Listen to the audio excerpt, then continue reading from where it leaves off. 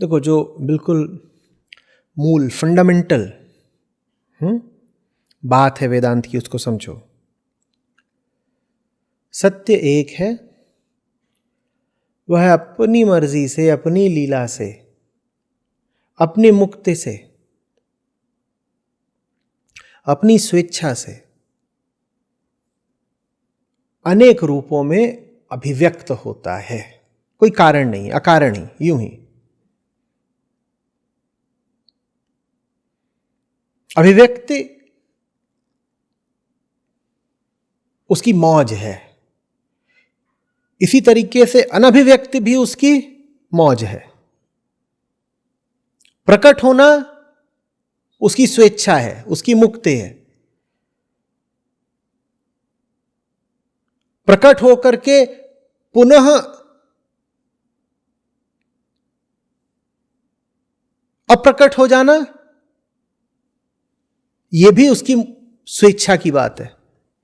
कृष्ण कहते हैं अर्जुन से, अर्जुन इतने वर्षों में, इतने कल्पों, इतने कालों में कभी ऐसा नहीं रहा है कि ये राजा लोग ना रहे हो जो आसपास खड़े कुरुक्षेत्र में, या तुम ना रहे हो या मैं ना रहा हूं।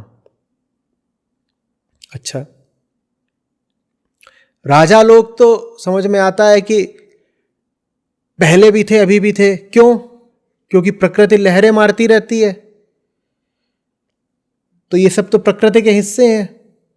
प्रकृति पुनर्जन्म ले रही है, ये आशय है कि ये सब तो हमेशा से थे, क्योंकि वो सब राजा लोग, ये सब क्या है? ये प्रकृति के गुणों के पुतले भर हैं।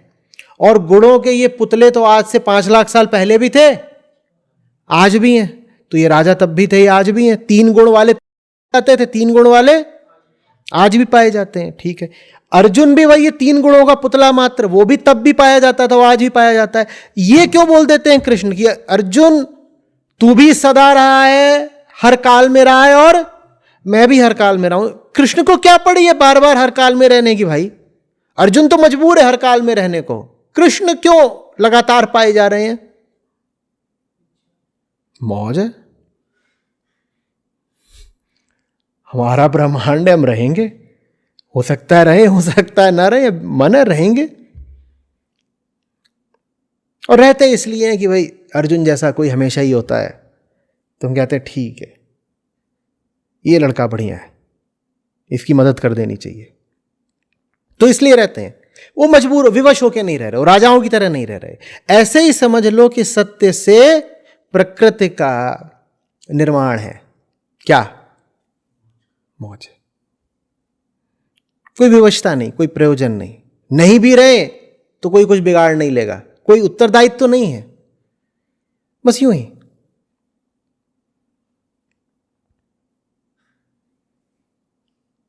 समझ में आ रही बात?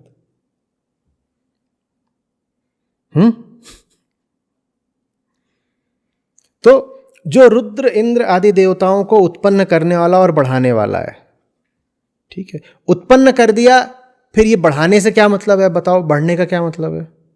ये बहुत खास भाषा है, इसको संस्कृत या हिंदी मत मान लेना, ये इसको कोड लैंग्वेज की तरह पढ़ना पड़ता है। बढ़ने से क्या आशय? बढ़ने से ये मतलब है कि पैदा करने का अर्थ ही है, जब कहते हो किसी जीव को पैदा किया या किसी भी इकाई को पैदा किया, चाहे वो देवताओं कुछ भी हो, पैदा करने का मतलब ये कि समय पैदा कर दिया। और समय पैदा कर दिया तो समय में गति को ही कहते हैं बढ़ना और घटना। जो कुछ समय में आया है वो कुछ काल के लिए और फिर विलुप्त हो जाएगा, बढ़ेगा, घटेगा, प्रभव, फिर प्रलय, आएगा फिर जाएगा। ये समय का काम है। समय की धारा में और क्या करोगे? कोई भी चीज है, उसको शून्य से शुरू होकर शून्य तक ही जाना है, तो बीच में उसे कुछ ना कुछ बनना पड़ेगा, है ना? नहीं बनना पड़ेगा? शून्य से शुरू होकर के शून्य तक ही जाना है, तो कुछ ना कुछ बनना पड़ेगा, सीधी सी बात है। हवाई जहाज है, उसे एक हवाई अड्डे से दूसरे हवाई अड्डे जाना है, तो उसके पास कोई विकल्प ही नहीं है। कुछ काल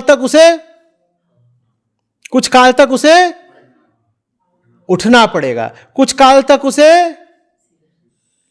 सीधा चलना पड़ेगा, उड़ना पड़ेगा, और कुछ काल तक उसे, ये काल में मौजूद हर वस्तु का व्यक्ति का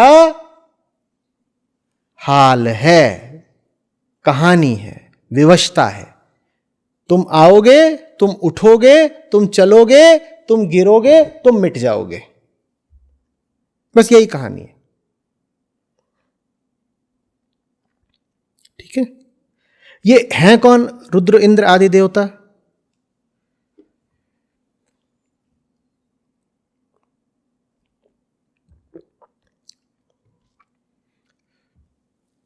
वास्तव में श्लोक देवता नहीं कह रहा है, श्लोक कह रहा है देव, यो देवा नाम। देव से अर्थ होता है ऊंची चेतना का व्यक्ति, ऊंची चेतना का व्यक्ति, ये मौलिक अर्थ है देव का। और देवता, आपको सुनकर थोड़ी सी हैरत होगी, वास्तव में स्त्रीलिंग होता है संस्कृत में। ये तो काल की बात है, भाषा की विकृति है कि धीरे धीरे चल के देव और देवता एक दूसरे के पर्याय बन गए। नहीं तो देव से आशय होता है ऊंची चेतना। तो आप इंद्रदेव कह सकते हो, आप रुद्रदेव कह सकते हो, आप किसी बहुत ऊंचे व्यक्ति को भी कह सकते हो हे देव। और देवता स्त्रीलिंग होता है। ठीक है। देवता से क्या अर्थ होता है? देवता से अर्थ होता है प्रकृति में मौजूद किसी भी तरह की शक्ति, उसको बोलते हैं देवता। और प्रकृति में तो 1000 तरह की शक्तियां हैं। तुम पलक झपका रहे हो, ये भी क्या है? प्रकृति में मौजूद एक शक्ति है। तो पलक झपकाने के नाम से एक देवता का निर्माण किया जा सकता है। निर्माण करने से मेरा अर्थ है एक देवता को प्रतीक तौर पर उसकी प्रतिमा बनाई जा सकती है कि ये वो देवता हैं जो शरीर को पलक झपकाने की शक्ति देते हैं। क्या कि तुम विचार करते हो, और विचार करना प्रकृति में निहित एक शक्ति है। या तुम जन्म देते हो, या तुम चलते हो, या तुम ठहर जाते हो, या तुम्हारे भीतर प्यास उठती है, या तुम में क्रोध उठता है, या तुम में करुणा उठती है। ये सब प्रकृति में निहित शक्तियां हैं। या तुम आंख खोल करके देख पाते हो, या तुम्हें कानों में सुनाई देता है। इन सब के नाम से देवता हो सकते हैं। तो ये है देवता। तो कहा जा रहा है जो रुद्र इंद्र आदि देवताओं को उत्पन्न करता है, माने जो प्रकृति को उत्पन्न करता है। देवता माने प्रकृति। प्रकृति को ही जब इस दृष्टि से देखा जाता है कि बाप रे कितना कुछ कर लेती है प्रकृति, अहम पर कितने तरह के प्रभाव डाल लेती है प्रकृति। क्योंकि प्रकृति जो कुछ भी कर रही है किसके प्रति कर रही है? कौन है प्रकृति के तमाम प्रभावों का अनुभव करने वाला? अहम। तो अहम जब अनुभव की दृष्टि से प्रकृति को देखता है तो उसको बोलता है शक्ति। प्रकृति अहम को तरह तरह के अनुभव कराती है। जब इस दृष्टि से अहम देखता है प्रकृति की ओर तो उसको बोल देता है शक्ति। और प्रकृति अहम को तरह तरह के भ्रम भी देती है। जब इस दृष्टि से अहम देखता है प्रकृति को तो उसको बोल देता है माया। तो शक्ति कितने प्रकार की हो सकती है? जितने प्रकार के तुम्हें अनुभव हो सकते हैं। ये तुम्हें जितने प्रकार के अनुभव हो सकते हैं ये सब देवता है। प्रकृति तुम्हें जितने प्रकार के अनुभव करा सकती है वो सब देवता हैं। कुछ देवताओं का नामकरण कर दिया गया है, कुछ का नहीं किया गया है। तुम और अगर विस्तार में जाना चाहो तो तुम और भी देवताओं का नामकरण कर सकते हो। हर अनुभव जो तुम्हें प्रकृति कराती है देवता उसका प्रतीक है। बात समझ में आ रही है? तो जब कहा जा रहा है कि वो एक परमात्मा मात्र है जिसने इंद्र रुद्र आदि सभी देवताओं को पैदा किया है। तो आशय बस यही है कि प्रकृति माने ये जो दृष्टा और दृश्य का द्वैतात्मक खेल है पूरा, ये आया है किसी एक अद्वैत से। प्रकृति परमात्मा से आई है। इसका अर्थ क्या है कि कि दृष्टा और दृश्य का जो पूरा खेल है, इसके आधार में अद्वैत बैठा हुआ है। क्योंकि प्रकृति माने क्या? प्रकृति माने वही सब ना जो तुम कहते हो तुम्हें दिखाई देता है। तो प्रकृति माने ये जो खेल चल रहा है पुरुष और प्रकृति का। प्रकृति किसके लिए है? पुरुष के लिए। तो जब भी तुम बोलो प्रकृति किसने बनाई, तो वास्तव में तुम एक बात छुपा गए। क्या? कि पुरुष किसने बनाया। क्योंकि तुम ना होते तो कौन पूछता परमात्मा से कि प्रकृति किसने बनाई। प्रकृति क्या खुद कह रही है कि मैं हूं? ये खंबा है प्रकृति, ये खुद कह रहा है मैं हूं। पेड़ है प्रकृति। पेड़ यदि अकेला हो, बिल्कुल पेड़ मात्र, तो क्या वो कहेगा कि वो है? सूरज या चांद किसके होने से हैं? तुम्हारे होने से है ना, क्योंकि तुम उनके दृष्टा हो, तुम उनके अनुभोक्ता हो, तुम विषयता हो, प्रकृति विषय है। तुम्हें ही कभी पुरुष कह दिया जाता है, कभी कह दिया जाता है पराप्रकृति। विषय को ही कभी प्रकृति कह दिया जाता है, कभी कह दिया जाता है अपरा प्रकृति। तो जब हम कहते हैं कि प्रकृति है, हम कहते हैं दुनिया किसने बनाई, ब्रह्मांड है, कहीं से तो आया होगा ना, किसने बना दिया, ये जमीन, ये आसमान, ये चांद, ये तारे, ये सब किसने खड़े कर दिए। तो उसमें हम कौन सी बात नहीं पूछते? वही बात जो अहंकार अक्सर पूछना भूल जाता है, मैं कहां गया, मैं कौन हूं। तो कहानी याद है ना कि 10 जने उतरे हैं पिए हुए, सबको याद है, मुस्कुरा रहे। 10 जने उतरे हैं पिए हुए, किससे? एक नाव से उतरे हैं, ठीक है। और उसमें अब वो गिनना चाहते हैं कि कोई एक रास्ते में टपक तो नहीं गया था नदी में।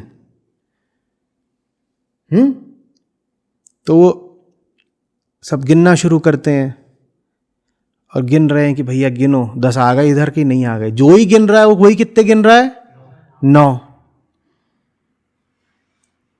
अब राघव को गुस्सा आता है, बोलता है तुम सब अनपढ़ हो, मैं IIT से हूं, मैं बताता हूं।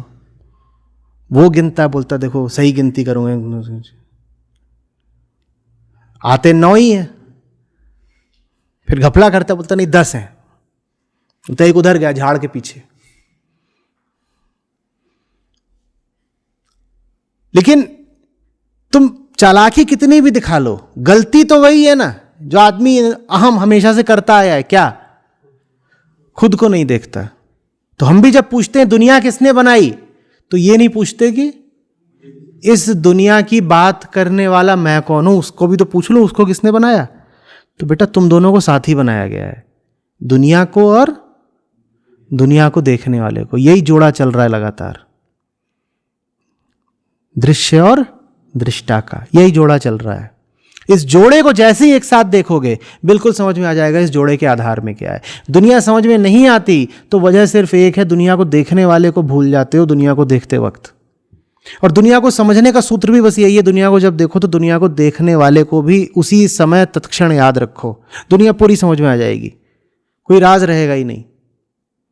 दुनिया समझ में आ गई, दुनिया को देखने वाला याद रह गया, तो परम सत्य में प्रवेश कर गए तुम। फिर ये नहीं से पूछोगे कि बनाने वाला कौन है, परमात्मा परमेश्वर कौन है, ये सब सवाल ही मिट जाएंगे। वो सवाल ही इसलिए आते हैं क्योंकि दुनिया को नहीं समझते। जो दुनिया को समझ गया, जो संसार को जान गया, वो पूछेगा नहीं कि सत्य क्या होता है। सत्य के बारे में हम इतनी जिज्ञासा करते ही इसीलिए क्योंकि सत्य से पहले हमें संसार का ही कुछ पता नहीं। कुछ आ रही है बात समझ में? खंभा किसने बनाया? पागल, खंबा है ही नहीं, तू पिए हुए है। तो खंबा ठीक उसी ने बनाया जिसने तुझे पिलाई। समझ में आ रही बात? तुम्हें कैसे पता दुनिया है? वो तो तुम कहते हो साहब हमें दिख रही है तो है ही, तो ये तो हम बताएंगे ही नहीं कि what is the source of my assertion. हम कहेंगे दुनिया तो है ही, ये तो पूछने की बात नहीं है कि दुनिया है या नहीं है। दुनिया क्यों है?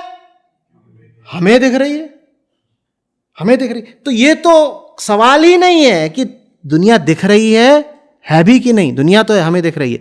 अब सवाल बस एक बचता है, क्या? ये बनाई किसने? तो ये पूछ रहे बनाई किसने, कोई जवाब आ नहीं रहा। जवाब जब आ नहीं रहा है तो मनगढ़ंत कहानियां उछाल रहे हैं कि वो एक रविवार को वो गॉड अकेला बैठा हुआ भुट्टा चबा रहा था, तो कहा कुछ कर लेते हैं, तो टॉर्च निकाला, एक कुछ किया, फिर बोला ऐसे कर लें वैसे कर लें, हड्डी तोड़ दी, दातून कर लिया उससे। तो दातून कर रहा था, थूका तो उससे आदमी पैदा हो गया। उसके बाद जीभ साफ करी, थूकी तो उससे औरत पैदा हो गई। दोनों नाचने लग गए।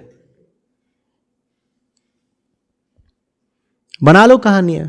इन सारी कहानियों को बनाने के पीछे जो मूल अज्ञान है वो किसके बारे में है? मैं के बारे में, अहम के बारे में। और वो अज्ञान नहीं है, वो अहंकार है जो कह रहा है कि मुझे अपने बारे में कोई जिज्ञासा करने की जरूरत नहीं है, क्योंकि मैं तो हूं ही, मेरा होना निर्विवाद है। मेरे बारे में कोई जिज्ञासा की नहीं जा सकती। मेरा मुद्दा सुलझा हुआ है, मेरी फाइल बंद है, मेरा मैटर क्लोज्ड है। जहां सब कुछ पहले से ही तय है, निश्चित है, समाप्त है, जाना हुआ है, ज्ञात है, वहां जिज्ञासा ही क्यों की जाए? तो इसीलिए हम अपने बारे में कभी जिज्ञासा नहीं करते। जो हम कहते हैं ना कि हम अपने बारे में उफ कितना कम जानते हैं, कहते हैं ना, नहीं, वो इसलिए नहीं कि हम अपने बारे में वाकई कम जानते हैं, वो इसलिए क्योंकि हमें लगता है कि हम अपने बारे में सब कुछ जानते हैं। जब तुम अपने बारे में सब कुछ जानते हो तो पूछोगे क्यों? फिर तुम दुनिया भर की चीजों के बारे में पूछोगे। तुम पूछोगे तुर्की में फलाना झरना कहां है, लेकिन ये नहीं पूछोगे कि सोते समय सिर्फ बाईं करवट क्यों सोते हो तुम। कारण शारीरिक ही है क्या? पूछना ही नहीं चाहोगे, क्योंकि भीतर कूट कूट करके विश्वास भर लिया है कि अपने मुद्दे तो सब सुलझे हुए हैं, अपने बारे में तो मैं सब जानता ही हूं। हो गई ना गलती?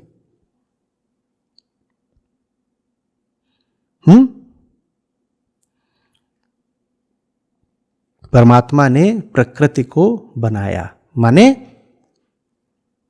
कई बार दोहरा रहे हैं, परमात्मा ने प्रकृति के भीतर जो दोनों चीजें हैं उनको बनाया। प्रकृति एक नहीं है, प्रकृति में दो हैं। कौन कौन दो हैं?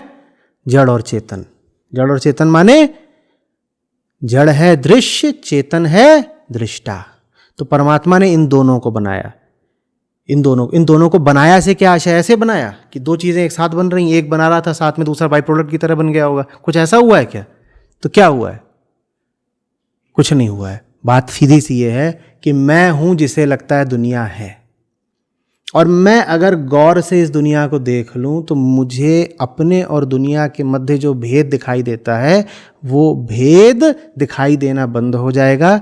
इस भेद का मिट जाना ही परमात्म अवस्था है। समझ में आ रही बात? ये जिज्ञासा ही किसको है कि प्रकृति है, किसको है? मुझे है। तो सबसे पहले मैं अपने और प्रकृति के संबंध की बात करूंगा, मैं अहम और संसार के संबंध की बात करूंगा। और अगर ये संबंध सुलझ गया तो इस सुलझाव को ही समाधि कहते हैं, इस सुलझाव को ही परमात्मा कहते हैं। स्पष्ट हो रही है बात? दोहराओ, अभ्यास करो, बार बार समझो। परमात्मा ने प्रकृति को बनाया, इसका क्या अर्थ है? फिर से अपने मन में समझने की कोशिश करो, बार बार। इस पूरे प्रसंग में परमात्मा गौण है। परमात्मा की बात कोई विशेष लाभप्रद नहीं। क्या पूछेंगे हम कहेंगे परमात्मा ने प्रकृति को बनाया, ये तो कल्पना मात्र है। तथ्य यह है कि मुझे प्रकृति दिखाई दे रही है। मुझे प्रकृति दिखाई दे रही है तो मैं कल्पना कर रहा हूं कि इसको किसी, तो परमात्मा ने प्रकृति को बनाया, ये क्या है? कल्पना। मुझे प्रकृति दिख रही है, ये क्या है? तथ्य। तो पहले मैं इस तथ्य की खोजबीन तो कर लूं ना। तो जब तुम इस तथ्य की ठीक से छानबीन कर लेते हो तो कल्पना अपने आप मिट जाती है। समझ में आ रही है बात? कल्पना भी मिट जाती है और जो चीज तुम्हें तथ्य जैसी लग रही है वो चीज भी मिट जाती है। आचार्य जी जब बोलते हैं मैं तो कोई और इकाई है जो बोल रहा है मैं, तो वो इकाई क्या है? मतलब फिर वो मैं भी प्रकृति हो गई, क्योंकि वो एक तरह से ऑब्जेक्ट की तरह उसको हम लोग आइडेंटिफाई कर पा रहे हैं। तो वो जो मैं है उसके पीछे भी एक और, उसके पीछे कोई इकाई नहीं है, उसके पीछे शून्य है, एकदम एक विस्तृत आकाश है। उस आकाश से मैं तो लीला की तरह उद्भासित होता है, पर मैं को ये लगता है कि वो अपने आप में एक निजी, स्वतंत्र, मुक्त इकाई है, व्यक्तित्व है। उस मैं के पीछे कोई और इकाई नहीं है। सब अनुभवों के पीछे मैं है, और मैं के पीछे कोई इकाई नहीं है। मैं के पीछे चले गए तो आकाश है, मुक्त है। पर मैं के पीछे जाना ही मैं के लिए बड़ी चुनौती रहती है।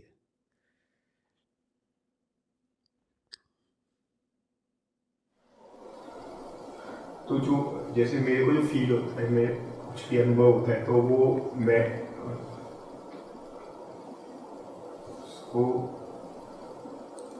वो किसको होता है? ये जिसको आप अपना अनुभव कह रहे हैं वो वास्तव में प्रकृति में, माने आपके विषय में घटती कोई घटना है जिसको आप अपना नाम दे रहे हैं। तो अहम है। अहम अपने आप में कोई वस्तु तो है नहीं। जब अहम वस्तु नहीं है तो अहम को नहीं दर्द होता। अहम जिन चीजों से जुड़ा हुआ है, घटनाएं तो वहां घट रही हैं, अहम में कोई घटना नहीं घटती। अहम में बस एक चीज चलती रहती है, क्या? तादात्म्य, आइडेंटिफिकेशन। तो दर्द भी वास्तव में कहीं और हुआ है। दर्द एक घटना है जो कहीं और घटी है, जिसे अहम ने ले लिया है अपने ऊपर। और जब अहम किसी चीज को अपने ऊपर ले लेता है तब अहम की दुनिया में खलबली मच जाती है। या ये कहिए कि तब जहां खलबली मच रही होती है वो अहम की दुनिया बन जाती है, अन्यथा अहम के पास कोई दुनिया ही ना होती। और दुनिया में तो हजार जगह खलबली मची रही है। उस खलबली मचती हुई दुनिया से जब रिश्ता जोड़ लेता है, हम रिश्ता ही नहीं जोड़ लेता, उसके बाद अपना नाम ही जोड़ लेता है, वही बन जाता है, तो दुनिया की खलबली अहम की खलबली बन जाती है।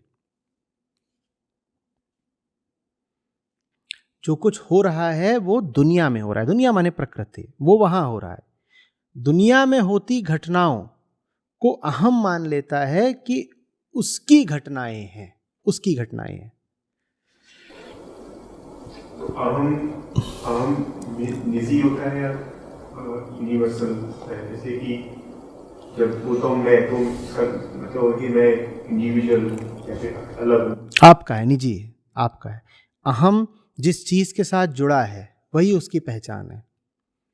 यूनिवर्सल अहम वृत्ति होती है कि आपने अपने कुर्ते से अपनी पहचान जोड़ रखी है, उसने अपने कुर्ते से उसकी पहचान जोड़ रखी है। वो जो कुर्ता है वो तो निजी ही है, आपका कुर्ता उसका कुर्ता नहीं हो सकता।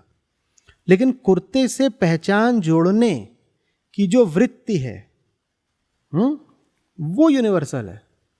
दुनिया में कोई ऐसा जीव नहीं है जो अपने शरीर से पहचान नहीं जोड़े बैठा और शरीर ही पहला कुर्ता है। एक छोटा चूहा हो, अमीबा हो, आसमान में उड़ता बाज हो, चाहे जमीन पर बैठा इंसान, इन सब ने अपनी पहली पहचान किससे जोड़ रखी है? शरीर वाले कुर्ते से। तो कुर्ता तो सबका अलग अलग ही है भाई, लेकिन पहचान जोड़ने वाला काम सभी कर रहे हैं। वो काम साझा है, वैश्विक है।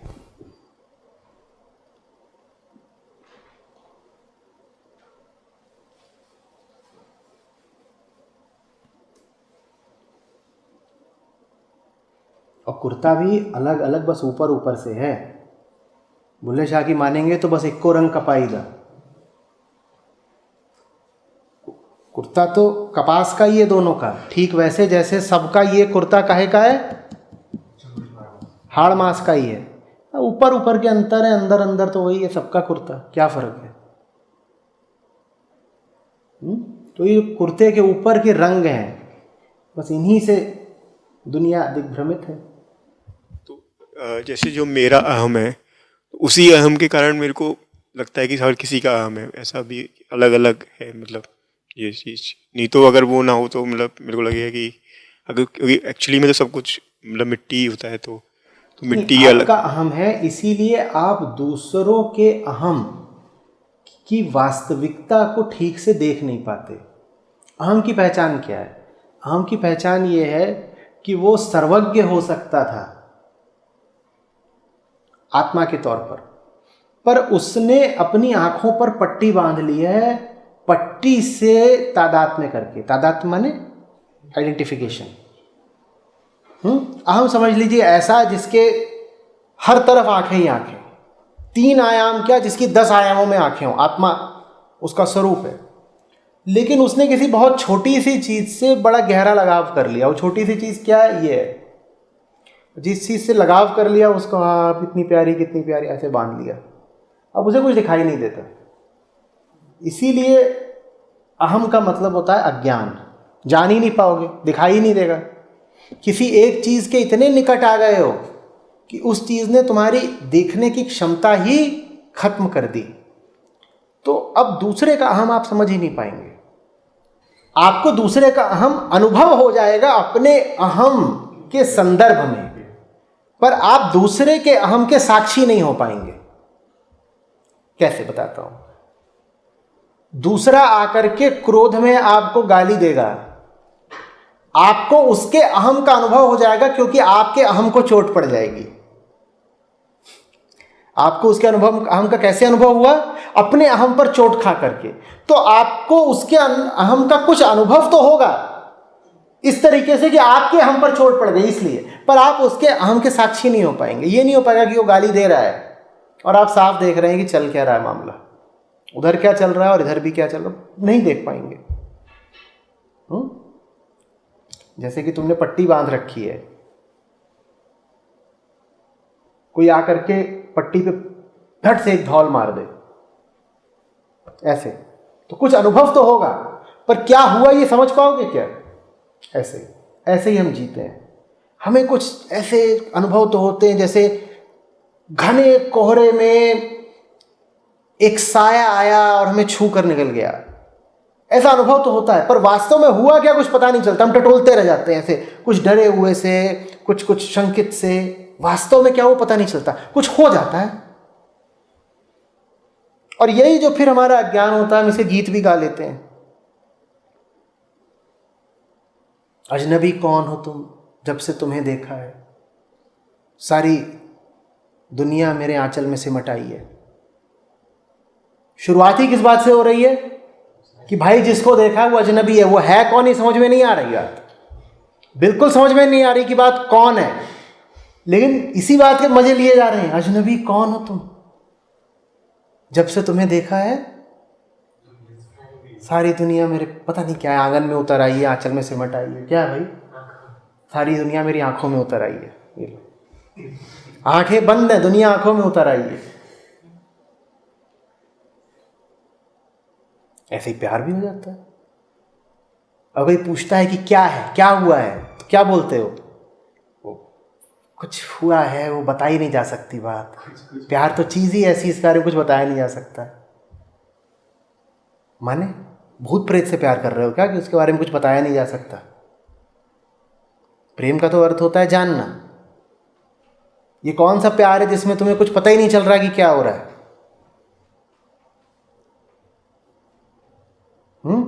प्यार है कि नशा? जवाब क्या आता है?